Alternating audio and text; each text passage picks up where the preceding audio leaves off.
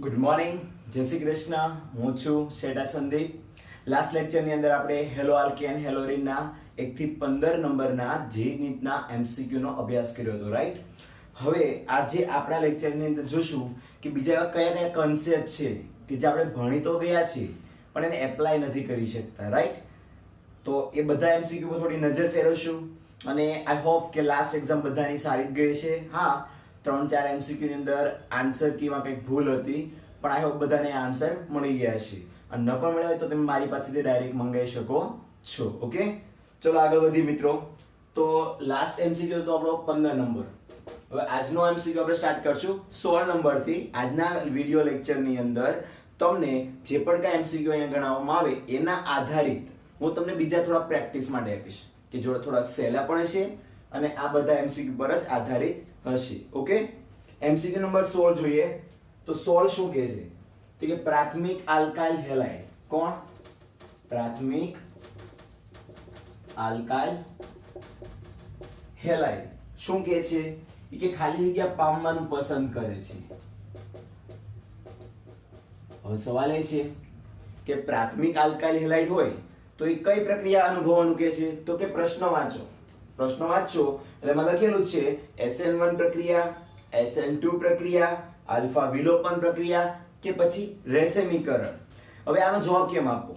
તમે ગમે ત્યારે કોઈ પણ ઉદાહરણ પૂછાય અથવા તો આવી રીતના ડાયરેક્ટલી પૂછાય કે પ્રાથમિક આલ્કાઇલ હેલાઇડ, ઘણીવાર ઉદાહરણ આપે, ઘણીવાર નામ આપે, ઘણીવાર તો જુઓ તો બંધારણીય આપ્યું હોય. પ્રશ્ન શું છે કે પ્રાથમિક આલ્કાઇલ હેલાઇડ. પ્રાથમિક આલ્કાઇલ હેલાઇડ નો મતલબ કંઈક આવો થાય. આ પ્રાથમિક આલ્કાઇલ છે ને આ કોઈ હેલોજન છે. આ કઈ પ્રક્રિયા આપવાનું પસંદ કરશે? તો આપણે બે પ્રકારની ખાસ પ્રક્રિયા જોઈએ છે, SN1, SN2. યાદ છે? SN1 માટે આપણે ક્રમ શું આપીએ છીએ? 3, 2, 1 કે તૃતીયક આલ્કાઇલ હેલાઇડ સૌપ્રથમ પ્રક્રિયા આપે. તો અહીંયા પ્રક્રિયા કોની માટે થશે? તો કે SN2 માટે જોશો ને તો ક્રમ આવો થાય છે 1, 2, 3. તો SN1 પ્રક્રિયા માટે 3, 2, 1 થશે અને SN2 પ્રક્રિયા માટે એ પ્રાથમિક, દ્વિતીયક, તૃતીયક ક્રમ બને છે. તો જવાબ શું આવશે? SN2. કારણ કે અહીંયા પ્રાથમિક આલ્કાઇલ હેલાઇડની પ્રતિક્રિયાત્મકતા વધારે જોવા મળે છે. ક્લિયર? તો એમસીક્યુ નંબર 16. અને આમાં ખાસિયત શું આવશે? તો કે SN2 એટલા માટે કે આનો જે પ્રાથમિક આલ્કાઇલ હેલાઇડ છે એમાં રહેલો કાર્બન જે પણ કાંઈ હેલોજન સાથે જોડાયેલો હશે એ અન્ય જે કાર્બન સાથે જોડાય છે તે આમાં કોઈ પણ પ્રકારે પોતાનો અવકાશીય અવરોધ ઉત્પન્ન કરતા નથી. કયો અવરોધ? અવકાશીય અવરોધ ઉત્પન્ન કરતા નથી. ઘણા જણ પૂછે કે સર અવકાશીય અવરોધ કેમ બોલે છે? તો કે જ્યારે પણ કોઈ આની પર હુમલો કરી આ બંધ તોડશે ત્યારે બંધ તોડવામાં પાછળના જે કાર્બન હોય છે ને પ્રાથમિકમાં એમાં બંધ તોડવામાં કોઈ મુશ્કેલી અનુભવતા નથી. એટલે આ બંધ સરળતાથી દૂર થઈ જાય છે, તૂટી જાય છે. તો પ્રક્રિયા સરળ બનીને અને માટે મેં કીધું પ્રાથમિક એ હંમેશા SN2 માટે વધુ સરળ પ્રક્રિયા બનાવે છે. ખ્યાલ આવી ગયો? નોટ કરી લો મિત્રો. ત્યારબાદ આગળનો પ્રશ્ન જુઓ. તો 17 નંબરનો પ્રશ્ન શું કહે છે? કે એમસીક્યુ નંબર 17 જોશો તો લખાણ આપેલો છે અને દરેક પ્રશ્ન અહીંયા ક્રોપ થઈને ઉપર આપણે મૂકીએ છીએ. બરોબર મિત્રો? તો પ્રશ્ન સાથે સાથે વાંચતા રહેજો. ક્વેશ્ચન નંબર 17 માં 4 ઓપ્શન આપ્યા છે. ક્વેશ્ચન નંબર 17 ની અંદર 4 ઓપ્શન આપ્યા છે. ઓપ્શન કયા છે એ જુઓ પહેલા. એક કાર્બન છે અને આજુબાજુમાં 3 CH3 છે. શું કીધું? કાર્બનની આસપાસ 3 CH3 સમૂહ આપેલા છે અને તેની સાથે ચોથો કોણ જોડાયેલો છે? ઓપ્શન એ માં ફ્લોરિન. બી માં જુઓ કોણ છે? ક્લોરીન. અને પછી જુઓ તો એ કાર્બન પરમાણુની આસપાસ બીજા છે 3 CH3 સાથે કોણ આપ્યો છે? બ્રોમિન. આમ ચારે ચાર ઓપ્શન જોશો ને તો તમને સરખા લાગશે. ચારે ચાર ઓપ્શનના અંદર તમે જોશો તો ABCD તમને સરખા લાગશે. માત્ર અહીંયા જોડાયેલો fluorine, chlorine, bromine, iodine option અલગ લાગશે. પ્રશ્ન મેં વાંચ્યો જ નથી. કેમ? તો પહેલા મેં ઓપ્શન એટલા માટે સમજાવું છું. પ્રશ્નમાં એવું છે કે આપેલ ચાર માંથી કોણ સૌથી વધારે ઝડપી અથવા કોણ મહત્તમ સરળતાથી SN1 પ્રક્રિયા આપશે? આની તો ઘણી બધી પ્રેક્ટિસ કરીને આપણે કે ઓપ્શન આપેલા હોય અને ચેક કરવાનું કે નીચેનામાંથી કોણ સૌથી સરળતાથી વધુ ઝડપી SN1 રિએક્શન આપશે. તો આનો જવાબ કઈ ના હશો? તો આની હિન્ટ મેં તમને પહેલા આપી દીધી. ક્રમ કયો હશે? 3, 2, 1. મોસ્ટ ઓફ બધા આ યાદ રાખવાનું તમારે કે SN1 પ્રક્રિયા આવે એટલે ક્રમ આવે 3 2 1, પણ ઓપ્શન માં એટલે પહેલા લખાવ્યા કે ચેક કરો આ બધા થર્ડ ડિગ્રી વાળા છે. એક કાર્બન ની આસપાસ કેટલા કાર્બન? 3. એક ની આસપાસ કેટલા કાર્બન? 3. દેખાય છે? તો આ તો બધા તૃતીયક થયા. તો આવી પરિસ્થિતિઓમાં જવાબ કઈ રીતના આવશે?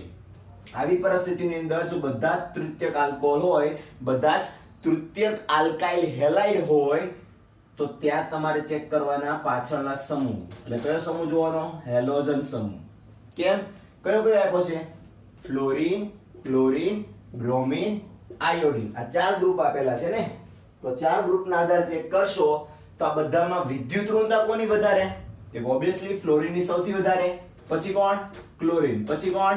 બ્રોમિન, પછી કોણ? આયોડીન. હવે જેની વિદ્યુત ઋણતા વધારે હોય ને, જેની વિદ્યુત ઋણતા વધારે હોય શું કરે? એ બોન્ડિંગ વધારે પ્રબળ રાખે. એનો મતલબ એ થયો સરળતાથી પ્રક્રિયા આપશે નહીં. તો અહીંયા ફ્લોરીન નું બોન્ડિંગ પ્રબળ છે, એના કરતા થોડું નબળું કોનું છે? કે ક્લોરીન નું, કારણ કે ઉપરથી નીચે જઈએ એટલે વિદ્યુત ઋણતા ઘટે અને બોન્ડિંગ પણ નબળું બને. તો એનો અર્થ એવો છે ને, ફ્લોરીન કરતા ક્લોરીન, ક્લોરીન કરતા બ્રોમિન, બ્રોમિન કરતા આયોડીન માં એક તો આયોડીન નું કદ મોટું અને કાર્બન સાથેનો બંધ પણ કેવો બનશે? નબળો. કેમ? વિદ્યુત ઋણતા ઓછી છે. તો આપણો આન્સર આવશે ડી. કેમ? તે તો નબળો બંધ હોય તો સરળતાથી તૂટી જાય, બીજા સાથે પ્રક્રિયા ઝડપી આપે. ક્યારે આવું થાય? જ્યારે બધા તૃતીયક આપેલા હોય અને હેલોજન માત્ર અલગ હોય ત્યારે તમે કરી શકો છો. નોટ કરી લો મિત્રો.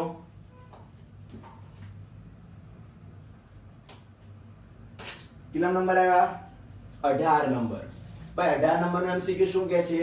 કે 18 નંબરના MCQ માં તમને એક બંધારણ આપેલું છે. શું આપેલું છે? બંધારણ આપેલું છે ને. તો ડ્રો કરો બંધારણ. 18 માં બંધારણ આપ્યું છે જો અંદર પ્રશ્નમાં. તો 1 2 3 અને ચોથા સાથે Br.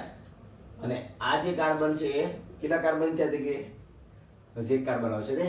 Okay, CH3 CH2 CH અહીં લટકેલો છે C2H5 સોરી X. ઓકે, આ ટાઈપનું બંધારણ છે. CH3 CH C2H5 CH2Br. આનું IUPAC નામ શું થાય? IUPAC નામ માટે મેં તમને હંમેશા પહેલા કીધું છે કે ક્રિયાશીલ સમૂહ તપાસ કરો. ક્યાં છે? અહીંયા છે. તો શરૂઆત ક્યાં થઈ છે? ત્યાંથી શરૂઆત કરો. ત્યાં ધ્યાન રાખવાનું કે લાંબામાં લાંબી ચેન થવી જોઈએ. આની બાજુમાં છે તો 1 નંબર 2 નંબર, આ તો 3 નંબર થયા. હવે આમ ચાલો તો 1 2 અને બીજા 2 4 થઈ ગયા લાંબા લાંબા. નામકરણ કરો. પહેલા કાર્બન સાથે કોણ છે? બ્રોમો. 1 બ્રોમો આ પહેલા સાથે છે. બીજા સાથે જો તો મિથાઇલ સમૂહ છે. તો 1 બ્રોમો 2 મિથાઇલ. 1 2 3 4 લાંબામાં લાંબા કેટલા છે? કે બ્યુટેન. 4 કાર્બન વાળો છે. નામ થઈ ગયું. નોટ કરી લો. ઓપ્શન ચકાસી લો.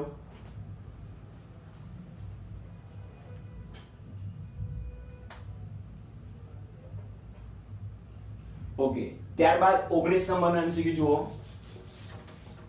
તો 19 નંબરના MCQ માં શું આપ્યું છે? તો ત્યાં તમને નામ આપ્યું છે અને IUPAC શોધવાનું કીધું છે. જો તો નામ શું આપ્યું છે 19 નંબરના MCQ માં? ડાઈ ઇથાઇલ. શું નામ આપ્યું છે? ડાઈ ઇથાઇલ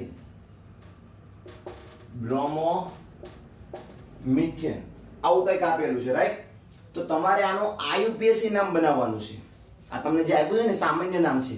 હંમેશા પહેલા શું કરવાનું? એક સામાન્ય નામને પાછળથી બનાવવાનો ટ્રાય કરો. ઓકે, મિથેન છે મતલબ એક કાર્બન વાળો, પણ એમાં જે બ્રોમો મિથેન છે એટલે સીધો કોણ જોડાયેલો છે? Br. ઓકે, આને કહેવાય બ્રોમો મિથેન. પણ આસપાસ 2 ઇથાઇલ સમૂહ છે. તો ધારો કે અહીંયા 2 ઇથાઇલ સમૂહ માટેના 2 કાર્બન જોડ દો, અહીંયા 2 કાર્બન જોડ દો. થઈ ગયો? હવે શું?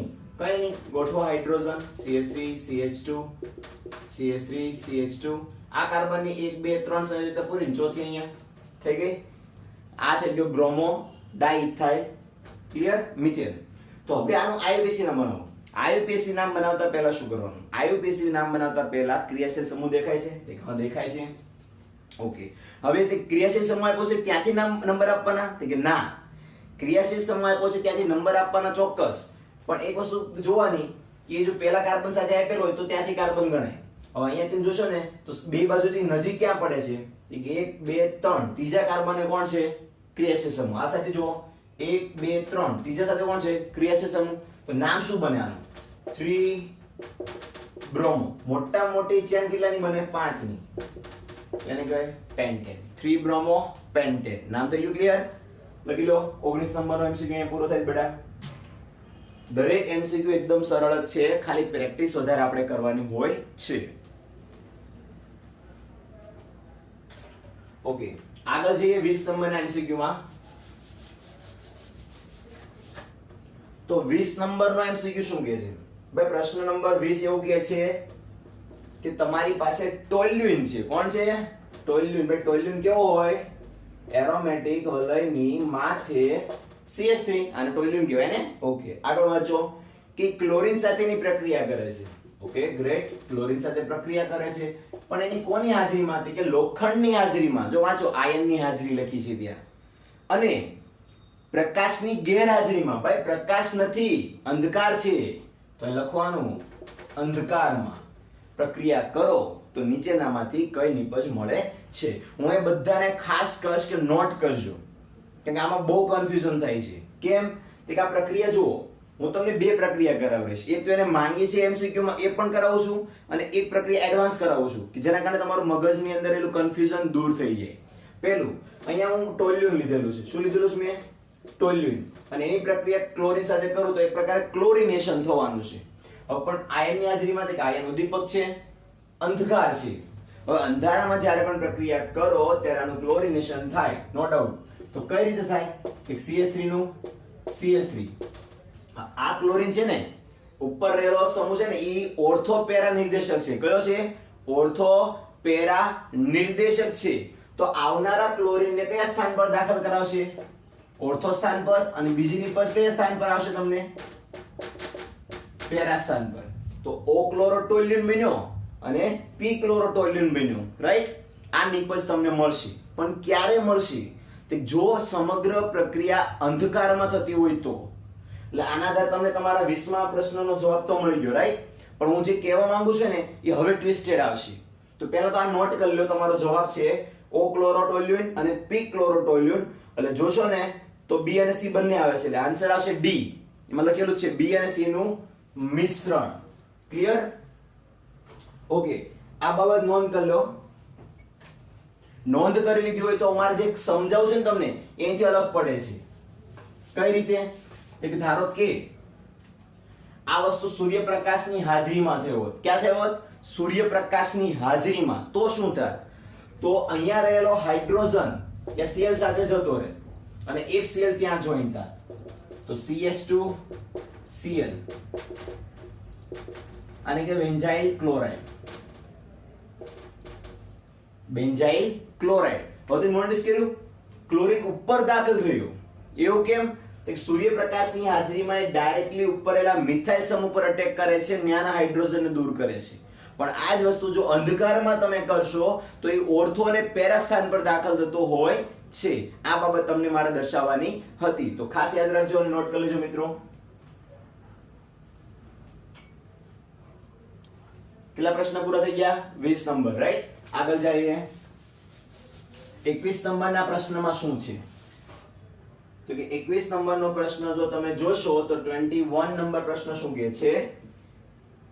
કે ક્લોરોમિથેનની વધારે એમોનિયા સાથેની પ્રક્રિયા ખાલી જગ્યા બનાવે છે. પ્રશ્ન વાંચી લીધો મિત્રો? ન વાંચ્યું તો સમજાવું છું. ક્લોરોમિથેન, આને ક્લોરોમિથેન કહેવાય અથવા તો મિથાઇલ ક્લોરાઇડ. તો આ ક્લોરોમિથેનની પ્રક્રિયા વધુ પડતા એમોનિયા સાથે કરાવો. ચલો, વધારે પ્રમાણમાં એમોનિયા છે ને? ઓકે, વધારે પ્રમાણ એમોનિયા સાથે આની પ્રક્રિયા હું કરાવવા જઈશ તો શું થશે? તો યાદ રાખજો મિત્રો, આમાં રહેલો હાઇડ્રોજન આના Cl સાથે બાદ થઈ જશે. હું જ્યારે પણ એક્સેસ, અને શું કહેવાય? એક્સેસ ઓફ એમોનિયા, વધુ માત્રામાં એમોનિયા જો આમાં નાખવા જઈએ તો એનું એમોનોલિસિસ થઈ જાય. ઇંગ્લિશમાં શું કહેવાય? એમોનોલિસિસ. પરિણામમાં આમાં રહેલો હાઇડ્રોજન આના Cl સાથે બાદ થઈ જાય અને આમાં રહેલો NH2 સીધો જોડાઈ જાય. તો શું બનાવે? CH3NH2. ભાઈ આને નામકરણ કરશું તો પાછળ કયો સમૂહ છે? એમાઇન સમૂહ છે. કયો સમૂહ છે? એમાઇન. તો આગળ કોણ? મિથેન. તો નામ શું થાય? મિથેનેમાઇન. આઈયુપીએસસી નામ શીખવાડ્યા છે ને તમને? તો એ અનુસાર CH3NH2 એને શું કહેવામાં આવે છે? મિથેન એમાઇન તરીકે ઓળખવામાં આવે છે. ક્લિયર? તો તમારો આન્સર આવી ગયો. નોટ કરી લો મિત્રો.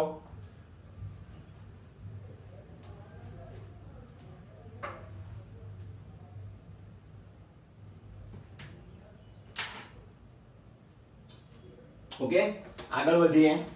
તો 21 નંબરના પ્રશ્ન પછી કયો પ્રશ્ન આવે છે જુઓ તો. તો કે જો 22 નંબરનો પ્રશ્ન જોશો તો એમાં શું કીધું છે?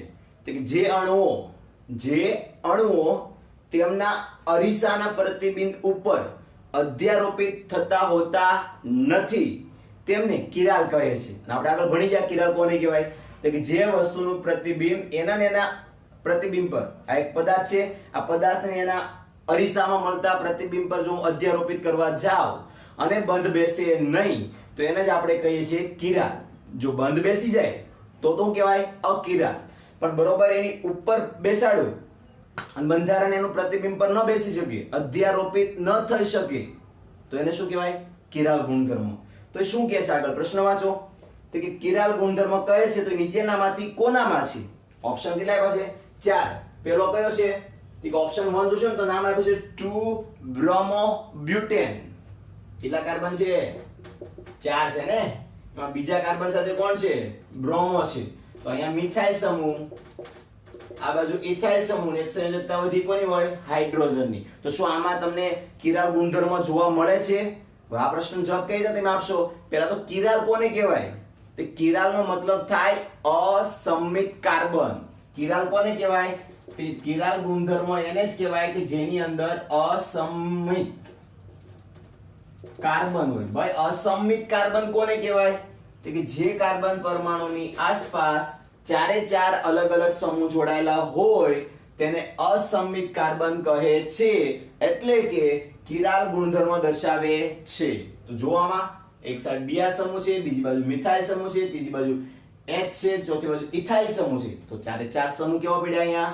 જુદા જુદા. તો આ કિરાલ ગુણધર્મ દર્શાવે છે. તો આપણે બીજા ઓપ્શન જોવાની જરૂર નથી. અથવા તમે જોવા માંગો તો તમે જોઈ શકો છો BCD માં એક પણ તમને ઉદાહરણ કિરાલનું જોવા નહીં મળે. તમે ટ્રાય કરશો તો તમને એક પણ કાર્બન એવો નહીં જોવા મળે કે જેની ચારે બાજુ કેવા હોય? જુદા જુદા સમૂહ હોય. કોઈ એક તો સમૂહ એવો છે જે સેમ ટુ સેમ થતો હશે, જેમ કે બંને બાજુ મિથાઇલ હોઈ શકે. ક્લિયર? નોટ કરી લો. કેટલા નંબર MCQ પૂરો થઈ ગયો? 22 નંબર. ઓકે, નોટ કરી લો મિત્રો.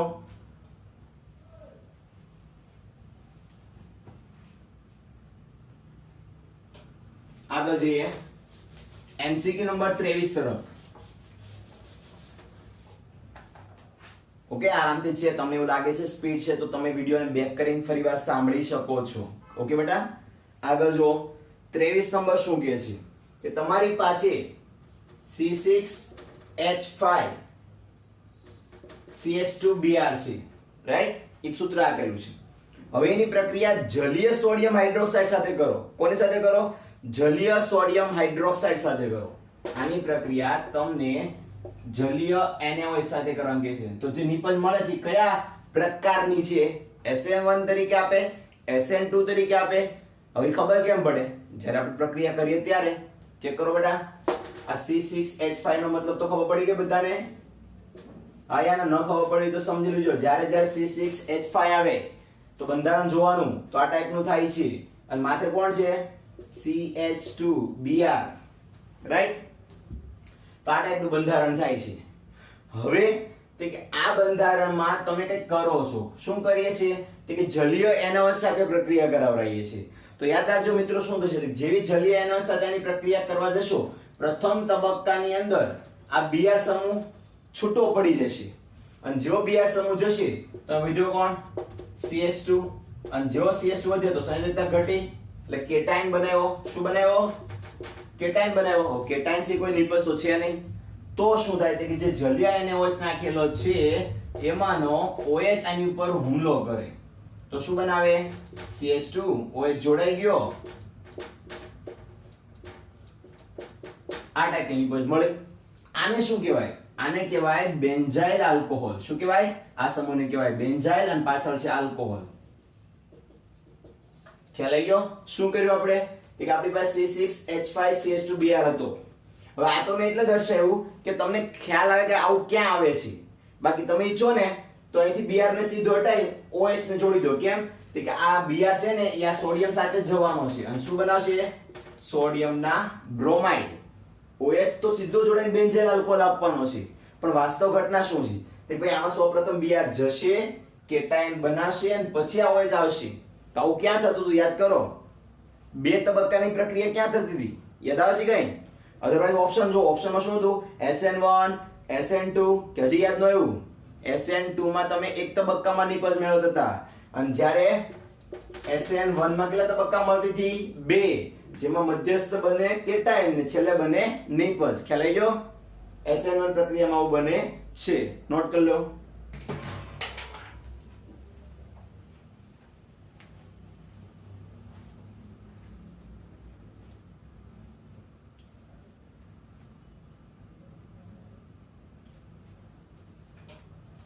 ઓકે, આગળના પ્રશ્ન તરફ જઈએ તો MCQ નંબર કેટલા આવ્યા મિત્રો? 24 નંબર આવ્યા ને? તો 24 નંબરનો MCQ શું કહે છે? રકમ જુઓ. 24 નંબરનો MCQ. 24 નંબરનો MCQ છે ને તો એમાં કઈક બંધારણમાં આવું કઈક આપ્યું છે. Carbon carbon carbon carbon. દેખાય બંધારણ? અહીંયા શું આપ્યું છે? Double bond O H. પછી શું આપ્યું છે? તે અહીંયા આપ્યો છે H, અહીંયા આપ્યો છે OH, અહીંયા પાછો આપ્યો છે OH, અહીંયા આપ્યો છે H અને પાછો અહીંયા જોશો તો તમને આપ્યો છે OH અને અહીંયા ડબલ બોન્ડ O. અને આ બધા નંબર આપેલા છે 1 2 3 4. રાઈટ? અને કંઈક પૂછ્યું છે મિત્રો, જુઓ કે નીચે આપેલા અણુમાં હાજર કાર્બન પરમાણુમાંથી કયો અસમિત છે? અહીંયા જેટલા પણ હાજર કાર્બન પરમાણુ છે ને, પ્રેઝન્ટ છે, એ પ્રેઝન્ટ કાર્બન પરમાણુમાંથી કયો અસમિત છે? હમણે તો સમજાયું, જે કાર્બનની આસપાસ ચારે ચાર સમૂહ કેવો હોય? ભિન્ન પ્રકારના હોય, એને શું કહેવાય? અસમિત કાર્બન. ચેક કરો મિત્રો. આ કાર્બનમાં જુઓ તો અહીં ડબલ બોન્ડ તો પૂરા થઈ ગયા, એટલે આની તો ચાર સંયોજકતાનો સવાલ નથી. આમાં પણ ચાર સંયોજકતાનો સવાલ નથી. હવે મધ્યસ્થ કાર્બનમાં જુઓ ભાઈ, C2 માં કાર્બનમાં શું થાય? ઉપર કોણ? OH, નીચે કોણ? H. બે તો જુદા છે. આ સાઈડ નો આખો સમૂહ જુઓ ને તો આ થાય સમૂહ COOH. કયો થાય? COOH. કાર્બોક્સિલિક વાળો સમૂહ થાય. એટલે આ ત્રીજો સમૂહ પણ અલગ છે અને આ બાજુ જુઓ ને તો એક કાર્બન આવે છે. એટલે હકીકતમાં ચારે ચાર સમૂહ જુદા છે. કયા કાર્બન પર? C2 નંબરના. અને બીજો કાર્બન થઈ ગયો તમારો અસમિત. ત્રીજા કાર્બનમાં આવો, ઉપર કોણ? હાઇડ્રોજન, નીચે કોણ? OH. તો ત્રીજા કાર્બનમાં બે સમૂહ કેવા? જુદા પડે છે. પાછળ સમૂહ કયો? તે કે કાર્બોક્સિલિક સમૂહ દેખાય એવું લાગે છે, અથવા તો આલ્ડીહાઇડ છે ને? જો CHO કયો સમૂહ છે? આલ્ડીહાઇડ સમૂહ છે. એટલે ત્રણ સમૂહ તો જુદા પડી ગયા. રાઈટ? આ બાજુ જો ચોથો તો કાર્બન, એટલે આમ જો તો ચારે ચાર સમૂહ ત્યાં પણ જુદા છે. એટલે C2 C3 બીજા નંબરનો અને ત્રીજા નંબરનો બંને અસમિત કાર્બન છે, કારણ કે તેની આસપાસ બધા જ ક્રિયાશીલ સમૂહ કે પરમાણુ જુદા જુદા જોવા મળે છે. નોટ કરી લો મિત્રો. 24 MCQ પૂરા થઈ ગયા. રાઈટ? આગળના 25 નંબરની રકમ જુઓ.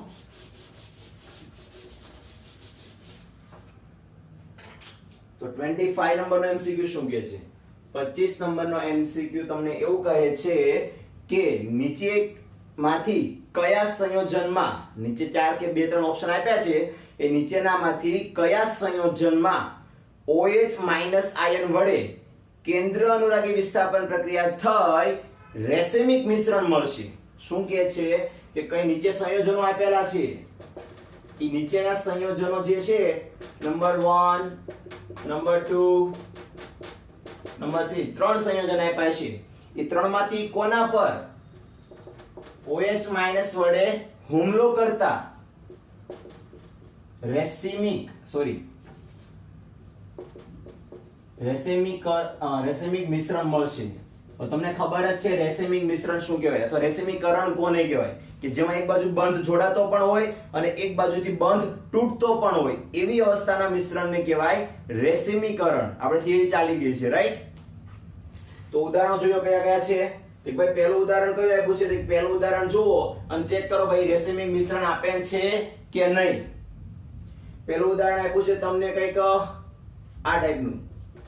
CH3 CHBr, અહીંયા આપ્યું છે C2H5. એક ઉદાહરણ આ છે. બીજું ઉદાહરણ જોઈએ તો કાર્બનની ઉપર Br છે, સાઈડમાં CH3 C2H5 આપ્યું છે. છેલ્લું ઉદાહરણ જુઓ તો લખ્યું છે CH3 C2H5, આ સાઈડ CH2Br. હવે ખબર કેમ પડે ભાઈ આ રેસેમિક મિશ્રણ બનાવે છે કે નહીં, અથવા તો રેસેમિક મિશ્રણ હોય તો ખબર કેમ પડે? ભાઈ જેની અંદર કિરાલ કાર્બન હોય ને, કયો કાર્બન?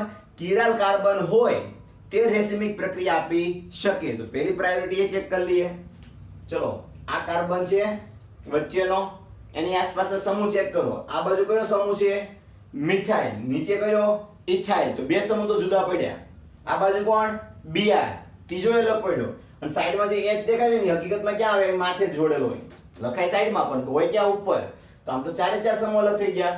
તો કે બંધારણ નંબર 1 તો રેસેમિક મિશ્રણ દર્શાવે છે, એ ફાઇનલ થઈ ગયું. ચલો બીજું, આ બાજુ કોણ? મિથાઇલ. આ બાજુ કોણ? મિથાઇલ. ભાઈ બે બાજુ સમાન સમૂહ મતલબ એ કિરાલ નથી, અને જે કિરાલ નથી એ રેસેમિક દર્શાવી શકતું નથી. આગળ વધો. Br સાથે કોણ જોડાયેલું છે? Br સાથેના કાર્બન ને તમારે ધ્યાનમાં લેવાનો. તો આ કાર્બન સાથે Br છે, ઉપર નીચે જોશો તો બે હાઇડ્રોજન આવશે. તો ઉપર નીચે બે હાઇડ્રોજન મતલબ સમાન થઈ ગયા. તો આ પણ રેસેમિક મિશ્રણ દર્શાવતું નથી. તો મિત્રો જોશો તો રેસેમિક મિશ્રણ તમને આપશે કોણ? કિરાલ કાર્બન ધરાવતું આ સંયોજન. આ બેની કમ્પેરમાં તમે જોશો તો પૂરેપૂરું કિરાલ ગુણધર્મ દર્શાવે છે, અસમમિત કાર્બન ધરાવે છે, માટે તે રેસેમિક મિશ્રણ આપે છે. ક્લિયર? હવે ખાસ યાદ રાખજો, હવે પછીના જે 3-4 MCQ છે એ સ્પેશિયલી G-NEET ને રિલેટેડ ખૂબ જ અગત્યના છે. તો અત્યાર સુધીના બધા વિડીયોમાં તમે વ્યવસ્થિત જોયું હોય કે આગળના પ્રશ્નો પણ થોડા વ્યવસ્થિત નજરે ફોકસ કરીને ન જોયા હોય તો ખાસ સૂચના, હવે પછીના જે MCQ 3-4 છે એમાં ખાસ વ્યવસ્થિત નોટ કરીને ધ્યાન આપજો. ઓકે, નોટ કરો પહેલા MCQ.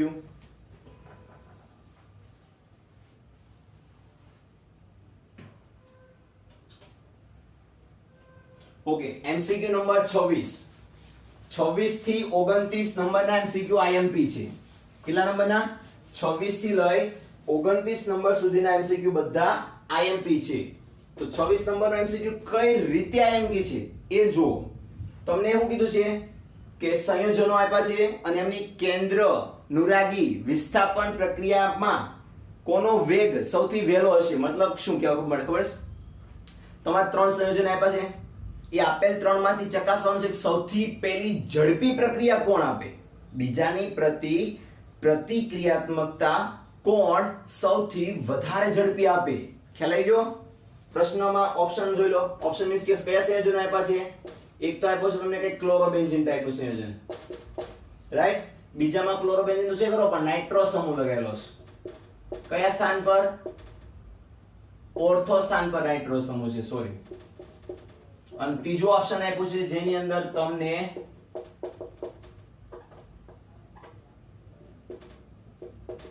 મેટા સ્થાન પર નાઇટ્રો સમૂહ છે.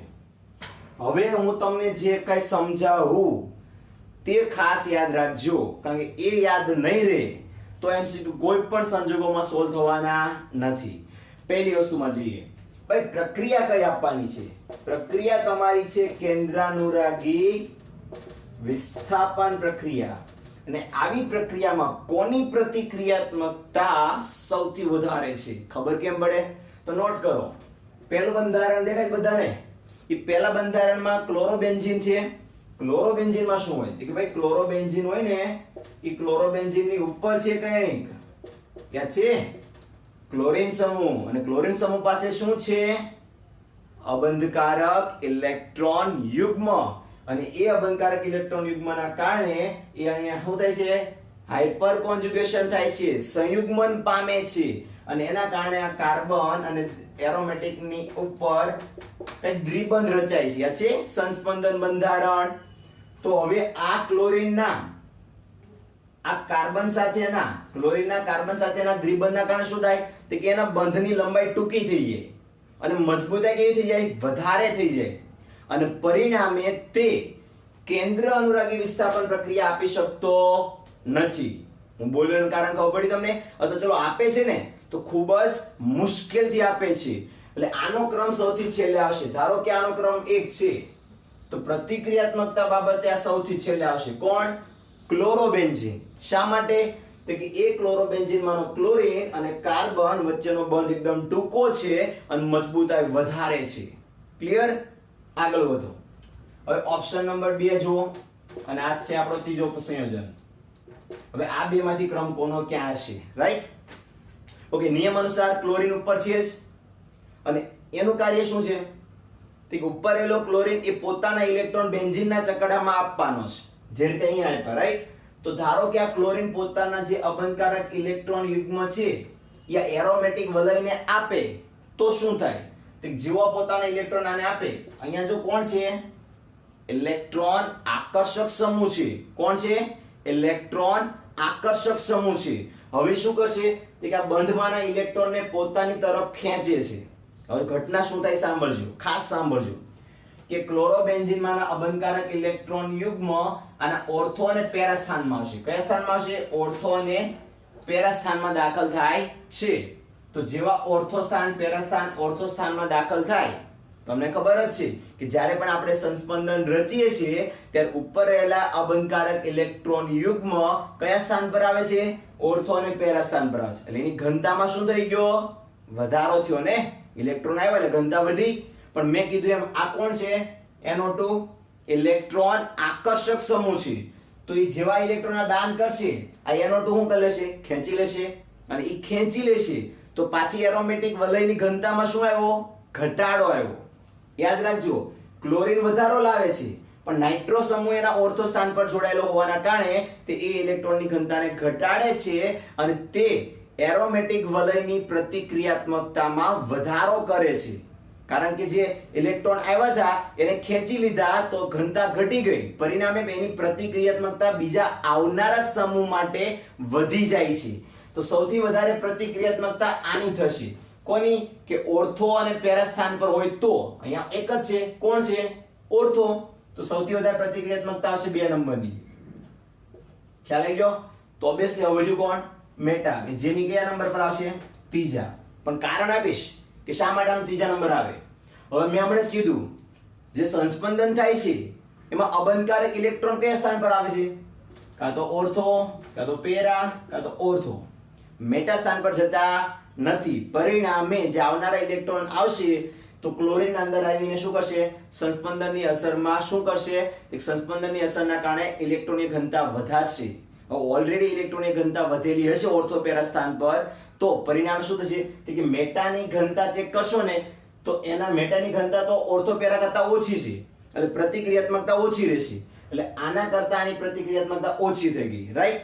ઓકે, કેટલાકને એમ પણ સવાલ આવે, સર ચલો આના કરતા આની ઓછી છે એટલે આપણે આને મૂક્યું, પણ એવું કયું કારણ છે કે ક્લોરોબેન્ઝીનને આ બે બંનેમાં આ બીજા નંબર જ રહ્યું? તો ક્લોરોબેન્ઝીનની કમ્પેરિઝનમાં આમાં જુઓ ને તો એક તો અહીંયા પહેલા તો સંસ્પંદન થયા પછી શું થાય છે?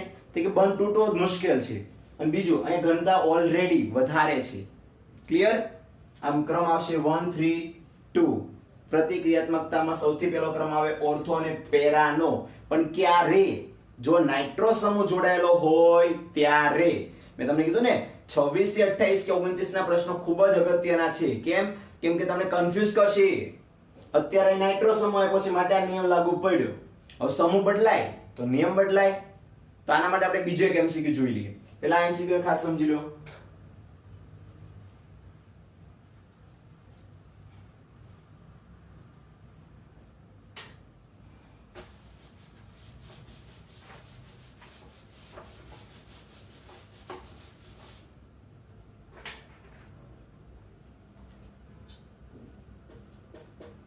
સત્યાવીસ નંબરનો MCQ જુઓ મિત્રો.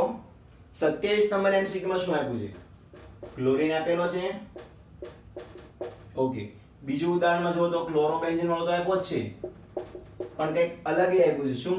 તે કઈ મિથાઇલ સમૂહ આપ્યો છે. કયો સમૂહ આપ્યો છે? મિથાઇલ. હવે અહીંયા મિથાઇલ આપ્યો છે તો નોટ કરશો તો 27 નંબરનો પ્રશ્ન શું કહે છે એ વાંચી લો. 27 નંબરનો પ્રશ્ન પણ એ જ સવાલ આપે છે કે જે 26 માં હતો કે આપેલ સંયોજનોમાં કોણ સૌથી વધુ કેન્દ્ર અનુરાગી વિસ્થાપન પ્રક્રિયા આપશે? તો એનો પ્રતિક્રિયાત્મકતાનો ક્રમ આપવાનો છે આપણે. આ ત્રણમાંથી સૌથી વધારે પ્રતિક્રિયાત્મકતા કોની? તો પાછો પ્રશ્ન આવ્યો કે ક્લોરીન અને કાર્બનનો બંધ તો નબળો છે, મતલબ કે સોરી સૌથી વધારે કેવો છે? મજબૂત છે, ટૂંકો છે, તો એ તો નહીં આપે. પણ જુઓ હવે ઉદાહરણ સામે કમ્પેરિઝનમાં બીજા બે અલગ છે.